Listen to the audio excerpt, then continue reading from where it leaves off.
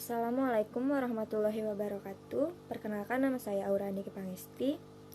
Saya dari kelompok 4. Di sini saya dan teman-teman akan menjelaskan tentang hubungan manusia dengan Allah, sesama manusia, dan alam semesta. Semenjak manusia dilahirkan ke dunia, disadari atau tidak, sebenarnya sudah mempunyai hubungan atau kontrak dengan Tuhan, terutama mengenai ihwal misi manusia di dunia ini. Oleh manusia, Tuhan dikenal sebagai sang pencipta, sementara manusia adalah ciptaannya.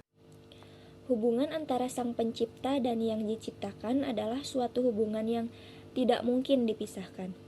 Manusia sebagai makhluk yang diciptakan Allah mustahil berlepas diri dari sang Kholik. Bagaimanapun tidak percayanya manusia dengan Allah, sangat tidak suka, sadar atau tidak sadar, manusia akan mengikuti sunatullah yang berlaku di alam semesta ini yang telah Allah ciptakan. Allah menciptakan alam semesta ini begitu sempurna. Air, udara, dan tanah beserta makhluk hidup yang ada di dalamnya khusus diperuntukkan untuk manusia sebagai simbiosis mutualisme. Artinya, manusia harus bersahabat dengan alam. Halo, nama saya Fauzi Nursidi. Kali ini saya akan membahas tentang hubungan antara manusia dengan Allah Subhanahu wa taala. Hubungan antara sang pencipta dan yang diciptakan adalah suatu hubungan yang tidak mungkin dipisahkan.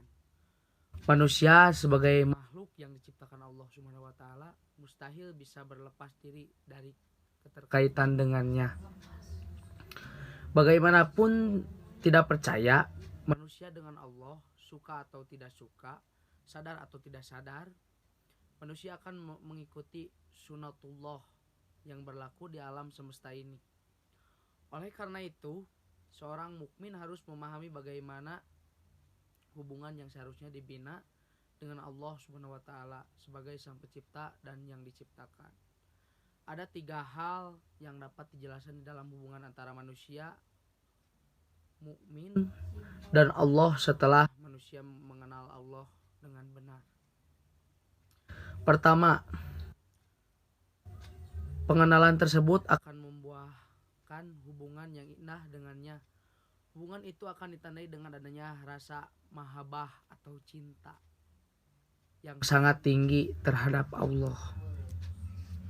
Kedua, di dalam Al-Quran Allah mengibaratkan hubungan manusia mukmin dan Allah itu adalah seperti hubungan tijarah, jual beli, yang akan menyelamatkan orang-orang mukmin dari azab yang pedih.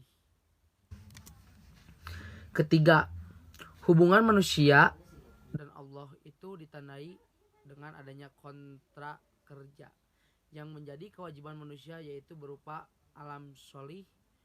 Manusia terikat dan terlibat di dalamnya, baik amal yang bersifat umum dalam kurung ibadah maupun amal khusus seperti dakwah.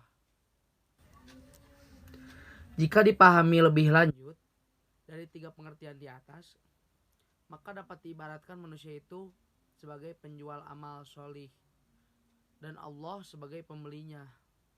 2 hal milik manusia yang dapat ditawarkan adalah hartanya, amwal, dan dirinya dalam kurung anfus. B. Hubungan antar manusia dan manusia. Manusia merupakan makhluk yang paling istimewa dibandingkan dengan makhluk yang lain. Manusia mempunyai kelebihan yang luar biasa. Kelebihan itu adalah diberikannya akal.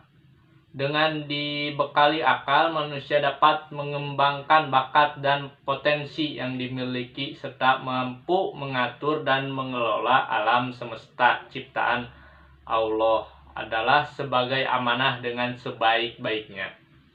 Selain itu, manusia juga dilengkapi unsur lain, yaitu qalbu, garis miring hati.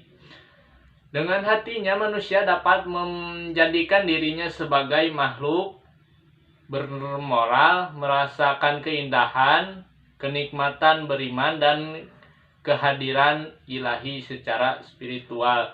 Manusia adalah makhluk ciptaan Allah yang paling sempurna di antara makhluk ciptaan Allah yang lainnya. Maka dari itu manusia dikatakan sebagai makhluk yang paling sempurna yang Allah ciptakan. Jadi keadaan manusia yang berbeda-beda tersebut bukan untuk menjadikan permusuhan, melainkan untuk saling mengenal. Karena pada dasarnya derajat manusia di hadapan Allah adalah sama, yang membedakan adalah kadar takwa kepada Allah Subhanahu wa taala. Sebab agama Islam di samping mengatur hubungan antar manusia dengan Allah, hablum minallah, juga menitik beratkan kepada hubungan antar manusia dengan manusia, hablum minanas. Hubungan antar manusia adalah hubungan mengenal sifat, tingkah laku, dan pribadi seseorang. Ruang lingkup hubungan antar manusia dalam arti luas adalah interaksi seseorang dengan orang lain dalam suatu kehidupan untuk memperoleh kepuasan hati. Sedangkan menurut Hugo Cabot dan Joseph K. 1967, hubungan antar manusia adalah suatu sosiologi konkret karena meneliti situasi kehidupan, khususnya masalah interaksi dengan pengaruh psikologisnya. Pentingnya kesadaran dan meningkatnya rasa toleransi terhadap sesama perlu diwujudkan agar manusia tidak semena-mena melakukan diskriminasi, rasisme, atau tindakan sejenis lainnya. Selain melarangnya, tindakan ini justru akan mencegah belah bangsa dan menimbulkan kekacauan. C. Hubungan antar manusia dengan alam. Selain ditugaskan untuk beribadah dan menjaga persaudaraan, manusia juga diberi tugas untuk memakmurkan bumi. Sebagai makhluk yang paling mulia dan paling sempurna dengan dibekali akal, pikiran, dan perasaan, oleh Allah manusia dijadikan sebagai khalifah untuk pemimpin di muka bumi ini. Makna khalifah ini bukan berarti untuk merusak dan menumpahkan darah, sebagaimana klaim malaikat untuk membangun peradaban yang damai, sejahtera, dan berkeadilan. Perlakuan manusia terhadap alam tersebut dimaksudkan untuk memakmurkan kehidupan di dunia dan diarahkan kepada kebaikan di akhirat. Kehidupan di akhirat akan tercapai sukses bila kehidupan manusia benar-benar fungsional terhadap alam dan beramal sehat. Meskipun Allah telah melarang berbuat kerusakan di muka bumi ini, masih ada saja manusia yang selalu berbuat kerusakan dan kekacauan di muka bumi. Mereka adalah orang-orang yang tidak bertanggung jawab atas kelestarian alam semesta ini. Kerusakan-kerusakan yang terjadi di alam ini adalah akibat ulah perbuatan manusia. Sifat manusia yang selalu rakus, tamak, dolim, dan lain sebagainya adalah sisi buruk dari manusia. Melihat karakter manusia yang cenderung mengarah kepada hal-hal yang kurang baik, maka manusia hendaklah mendekatkan diri pada Tuhannya agar bisa mengemban amanat untuk menjaga dan melestarikan alam raya ini dengan segala daya dan upaya yang dimilikinya, sehingga bencana alam yang kerap melanda alam ini dapat dihindari. Jadi, kesimpulannya, manusia dapat mengenal Tuhan dengan sifat jamaliyah atau keindahan dan jalaliyah atau keanggunan dengan cara tafakur, perenungan, dan penyelaman terhadap dirinya sendiri. Imam Ali berkata, "Barang siapa yang telah mengenal dirinya, maka ia mengenal Tuhannya. Dan karena ia mengenal Tuhannya, maka ia telah sampai pada ilmu dan pengetahuan tentang seluruh keberadaan."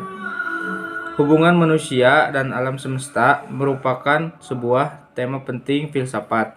Dengan kata lain, itu adalah sebuah masalah yang sangat esensial bagi manusia, di mana ia menyimpan potensi besar dalam dirinya. Mereka yang mengkaji tema-tema ilahiyat dan ingin mengetahui hubungan antara makhluk dan kholik, atau mereka yang ingin mengenal dirinya sendiri, dan juga orang-orang ingin mempelajari kehidupannya, baik dalam dimensi individu, sosial, dan bahkan universal. Maka mereka akan berurusan dengan masalah manusia dan alam semesta. Jika masalah ini terpecahkan, kebanyakan dari problem umat manusia akan terselesaikan. Kenyataan bahwa semua makhluk dengan segala keterbatasan merupakan tanda-tanda akan kesucian, keindahan, pengetahuan hidup, dan kesempurnaan lainnya dari Tuhan. Seluruh makhluk tanpa terkecuali diharuskan untuk memuji atau mengagungkan Tuhan. Dan berdasarkan hal tersebut, Mula Sandra percaya bahwa semua atribut kesempurnaan seperti hidup dan pengetahuan beredar pada semua makhluk di seluruh alam raya. Melalui manusia, kesempurnaan dan rahmat turun ke bumi. Dalam perjalanan melalui manusialah alam raya dapat mengenal Tuhan. Dengan kata lain, manusia adalah penjaga alam, pemelihara, dan penyebab kehidupan di dalamnya. Bagaimanapun juga, sangat menarik bahwa manusia yang sama juga mencari bantuan dari alam dan pendakian dan bergerak ke atas menuju Tuhan. Kesempurnaan tidak mungkin tanpa alam dan isinya. Mungkin hanya itu yang dapat kami sampaikan pada video kali ini. Selengkapnya akan kita sampaikan dan kita bahas di pertemuan di kelas di mata kuliah agama. Terima kasih atas perhatiannya. Wassalamualaikum warahmatullahi wabarakatuh.